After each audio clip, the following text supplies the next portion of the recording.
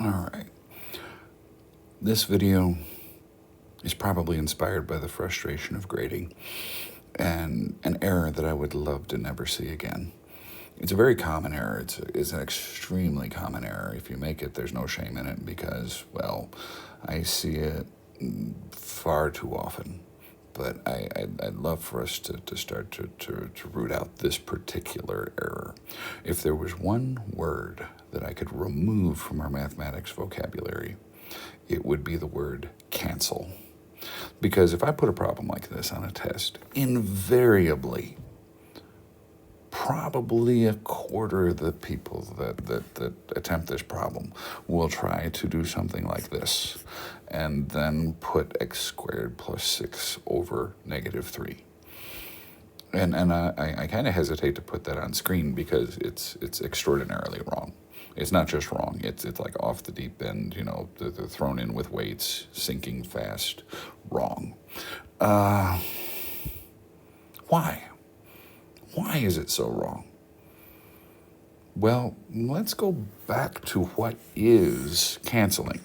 Since I know there's no chance of getting rid of the word, let's try to redeem the word. What actually is canceling? What are we doing when we cancel a number? It literally goes right back to simplification, and simplification of crazy simple fractions of something like, well, let's say 4 over 6. You probably already know that it's 2/3 just by looking at it. You're probably not even thinking about what steps you go through to say that that's 2/3. But the steps that you actually go through to break that down to 2/3 is that I know, well, I kind of go over here and I say that 4 is 2 times 2. And I go over here and I say that 6 is 2 times 3. And so I have 2 times 2 divided by 2 times 3. Well, multiplication of fractions, I multiply the numerators together and I multiply the denominators together. So that's exactly the same thing as saying 2 divided by 2 times 2 divided by 3. But I know that anything divided by itself is 1. And so that's exactly the same as saying 1 times 2 divided by 3. Well, 1 times anything, that's the multiplicative identity. That 1 times anything is the anything. And so 1 times a number doesn't change it. And so that literally is just 2/3. And so those are all of the steps that we're glossing over, that we're not thinking about when we simplify this crazy simple fraction, something like 4 divided by 6. Well, it's the exact same process that we go through when we do this with more complicated rational functions. And so this exact same process says, wait a minute, the only reason this worked was because I could break this into 2 separate fractions being multiplied together. Because of the multiple terms in the denominator and the multiple terms in the numerator, I cannot break that into 2 fractions being multiplied together. Therefore, there's nothing I can do in its present state to simplify this. Now, here's where things get tricky, and I think this is where we start to lose people, is that whole in its present state bit. Because we can manipulate the way this number looks without actually changing the value of the number. And that's one thing that mathematicians do all the time. I mean, what did we just do here with 4/6? 4/6 is 2/3. Those are the same number. They're just expressed differently. They look differently. And so we changed the way 4/6 looks by making it look like 2/3. They're both the same number. They're both the same ratio. They're both 0.6 repeating, right? But it's in the look of the number that we manipulated, that we simplified. Well, now we're going to manipulate and simplify using the same techniques, actually, this rational function. Now, the x minus 3, that's as simple as it can be. We can't factor that at all. But that numerator, that looks like a trinomial. And it looks like a quadratic, right? Because there's an x squared, an x to the 1, and then an x to the 0, or a constant term. Well, it's even particularly nice because there's a 1 in front of that x squared, right? And so I remember that if I'm going to try to factor this thing, oh, rats, I don't have a redo. I have to swallow my pride and move that over again. If I'm going to factor that trinomial, and so I'm going to copy this thing down, I'm going to copy the denominator just because it's coming along for the ride. It's still part of the number, so I write it down.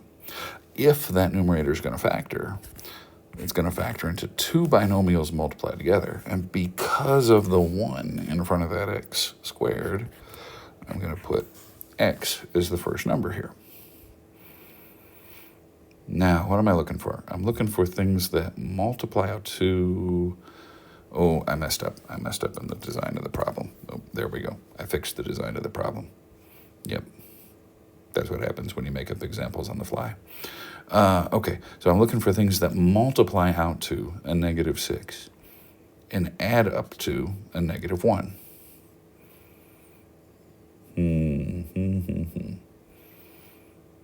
Well, 6 only has so many factors, right? 6 has 1 times 6, and it has 2 times 3. Well, 1 times 6, the difference between them is 5, and so that's not going to work. 2 times 3, the difference between them is 1, and the coefficient here is 1, so that the coefficient here is 1, so that sounds promising. But it's got to be negative. So let's use a -3 and a +2. -3 times +2 is -6. -3 plus 2 is 1. And so I got -1. So I got -3, I got +2. And if I want to check that, all I got to do is multiply those back out, and I've got my x squared minus x minus 6. Now, the reason that this works is that I can think of this as that x minus 3 times 1. Well, now I can go through the same rigmarole that I went through up here, right?